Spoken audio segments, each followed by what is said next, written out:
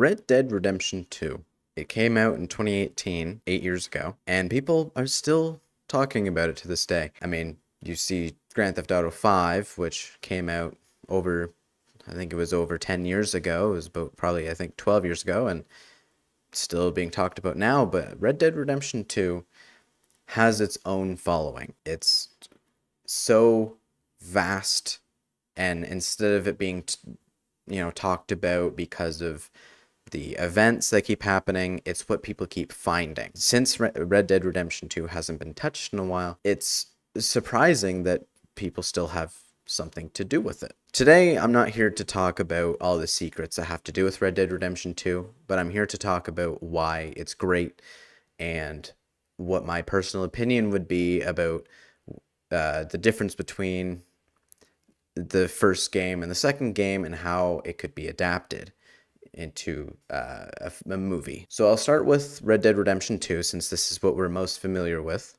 as of, I guess, 8 years ago. It's a story about Arthur Morgan taking place starting in 1899. If you don't like spoilers, then I will be concise. We basically go through the life of Arthur Morgan and his involvement with Dutch's gang, along with John, Micah, Molly, Mary Beth, Karen, Charles, Bill and Javier, a bunch of people. But the people that we're going to focus on for today is Arthur Morgan and John. This story is basically all about how Arthur Morgan experiences the life and realizes that maybe he should try and redeem himself. He's realized that the wrong that he's done may not be forgivable, and he comes to realize he's going to die, whether it be years later or in a month. But he knows that's going to happen, and he doesn't like to think that he would die a bad man.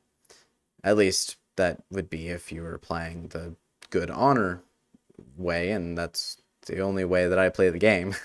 It's, in my opinion, the canonical version of the story. And yes, I say, oh, like maybe he will die in a few years. Yes, like, of course, he does get to a point where he is dying, and that's where he kind of realizes. But the thing is, he doesn't know that he's going to die soon, not until pretty well the last chapter. But he, contracts the illness in chapter 2, which is, the first third of the game regarding chapters, not missions, of course. Basically, that's the summary of the story. Of course, if you play as high honor, then you did redeem yourself. Or if it was bad honor, then I guess it's more of like, well, I did bad, I'm going to keep doing bad, go out in a blaze of glory type of idea. Or being selfish and realizing that, well, I'm dying, might as well just fend for myself.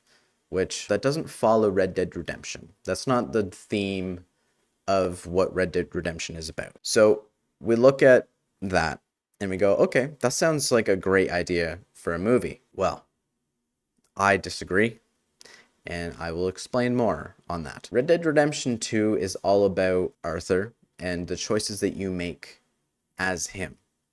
Sometimes he says in the story, just straight out, that he's like, I don't know why I keep doing these things. It's like I'm not in control, which I don't know if that's being self-aware, but he does say that. He says that he doesn't understand why he's doing these things. Like, there's a conversation with Mary Beth where he says, I don't know why, but I keep killing animals.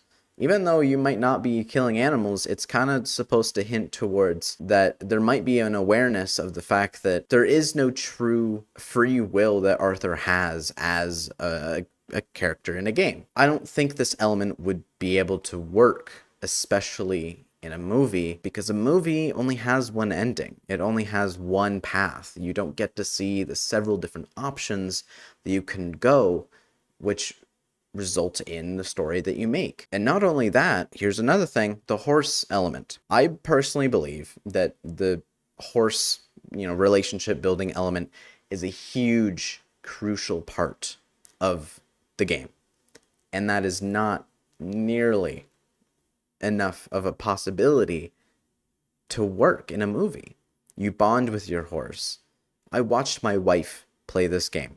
I mean, she currently still is, but she finished the game like last month, and she cried more about her horse dying than she did when Arthur died. That's interesting. I found that really interesting.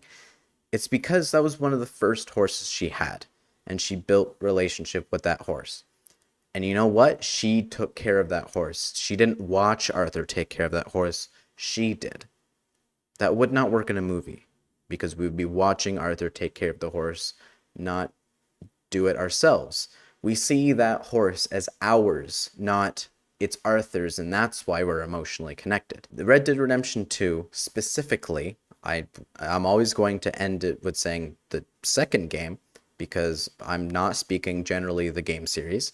Red Dead Redemption 2 can't be a movie, or if it was, it can't impact as much as the game. It cannot remotely give that much of a punch, an emotional punch. And I feel like that just alone is enough to explain, but I have another point. It's the vastness that have to do with it. What I started right at the beginning of this video.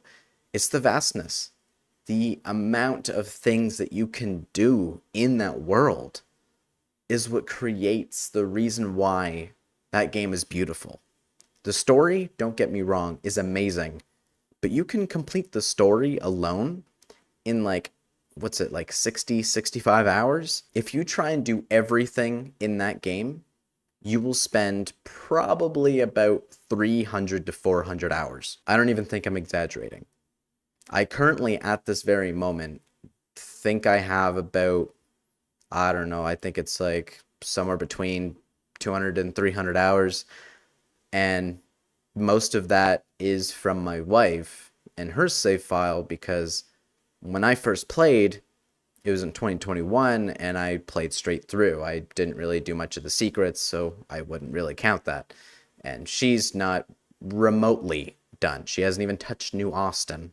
So we have yet to see how long that'll take. So I believe that also contributes to the fact that Red Dead Redemption 2 cannot be a movie. I believe it as a concept could work, but it could not be a direct adaptation. Like I said, I'm going to try and keep this video as short as can be. I like to try and do 20 to 30 minutes. So I'm just going to stop there and see what your guys' discussion is about that, and we can see what your guys' opinion of. Because like I said, I believe it's a great idea.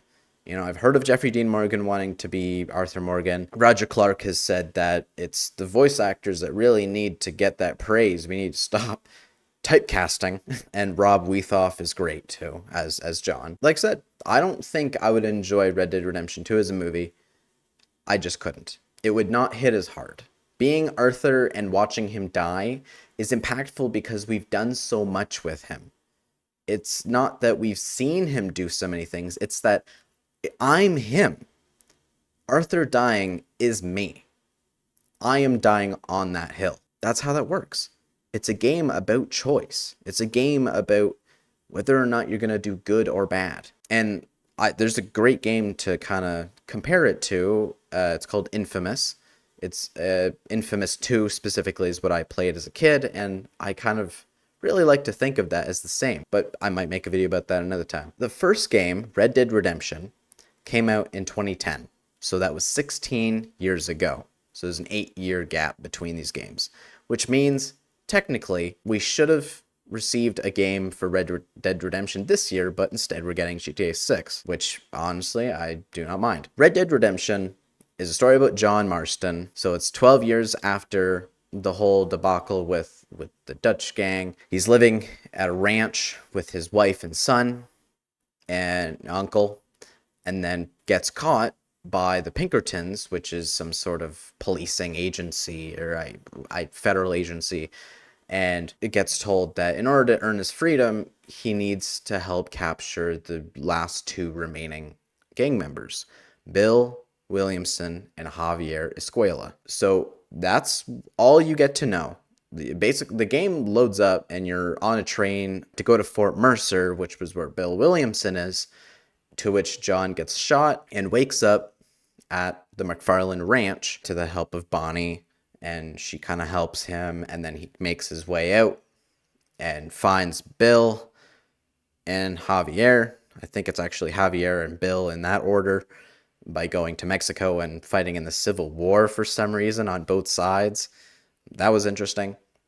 Anyways, so it ends off, he's got those two, and unfortunately, they're still not going to give him that pass, and they gun the ranch down, killing Uncle and John, leaving Jack and Abigail, his son and wife, alone. They're left alone, and 3 years later, which I think it's Jack's like, what, 18, 19? You play as him, and he gets his revenge on the agent that initially hunted him down, as well as the gang. He was there the whole time, and he's the alive one.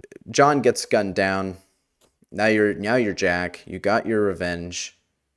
That's pretty much it. I'll be completely honest.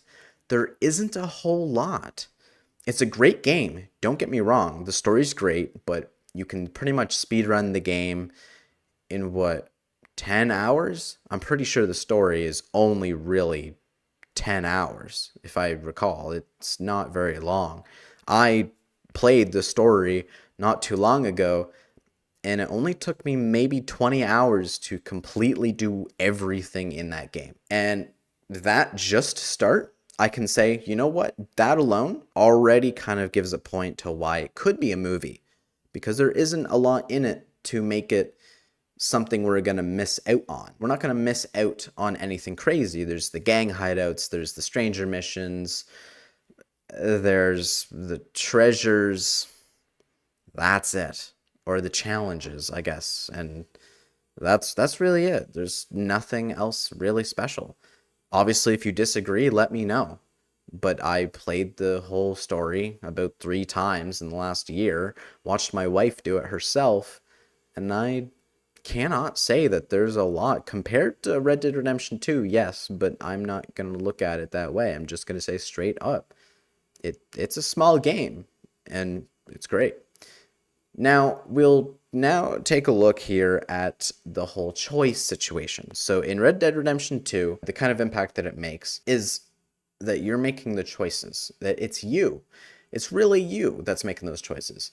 If you notice, Arthur doesn't speak much unless you prompt him to.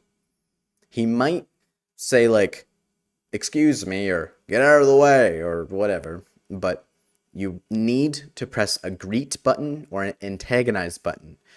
Or when speaking to your horse, sometimes he'll speak to the horse when getting on it, but you can interact with your horse by calming it, which he will say a prompt. Most of the dialogue, I will say 95% of the dialogue outside of cutscenes, are due to button prompts, due to you choosing whether to say something good or bad. That does not really exist in Red Dead Redemption. We get the odd one where it's like, oh, like, spare the guy or walk away to spare him, but there is no, like, press square to accept or whatever. It's more of like, if you kill a guy instead of helping him, then you'll lose honor. It isn't a whole lot of you lose honor for not helping. There is no, they're asking you directly. It's more of, hey, you need to help me. And then you immediately get the little prompt to do it. And then if you don't do it, it's fine. You don't lose any honor. That way, I think, you know what? Because of the lack of choice and the fact that, by the way, John speaks a lot in that game. If you pay attention to how much John just speaks on his own, even though there is a button prompt, it's circle, I think, that is a button prompt to greet people, he still speaks a lot. When like shooting, like in a shootout, or just generally speaking, he speaks. Which that kind of strays away from the fact that you are John Marston. It's more of you're playing as John Marston, not necessarily you are John Marston. The horses, huge difference. As in, there's no such thing as horse care. There is deeds. So that means if your horse dies, just call on another one. No, in Red Dead Redemption 2, when your horse dies, or I guess you could say when your horse gets downed, because sometimes if or not fatally injured, but injured enough where it can't move, it'll remain there, and you need to revive it. Well, if your horse dies, you need to either recover the saddle and put it onto a different horse, or you take this horse, a new horse, and go to a stable to which they would have collected your saddle, and then you put it back on this new horse. There is no call on the same horse. If you lost that horse, or not really lost, but if you killed that horse or let it die, you lost that horse. And when it comes to losing your horse, that is another thing. If you go too far away from your horse, you can't call for it. So you need to go to a stable for them to grab your horse back. In Red Dead Redemption, the horse just spawns out of nowhere. So there is no tether to the horse system.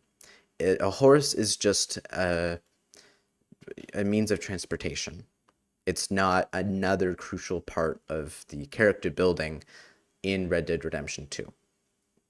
So those 3 points alone are my reasons why Red Dead Redemption 2 couldn't be a movie and Red Dead Redemption could be a movie.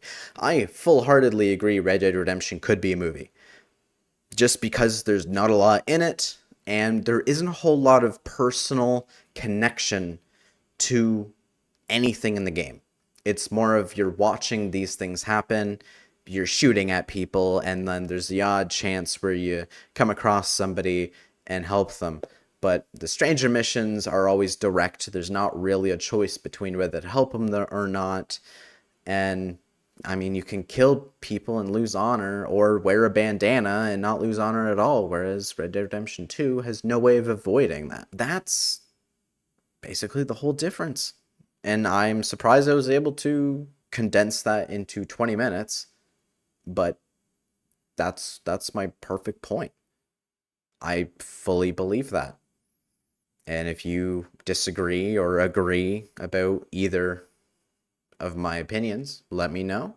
Thanks everybody for watching, and tune in to any of my live streams. Usually I'm live streaming at around 6 p.m. CST any day.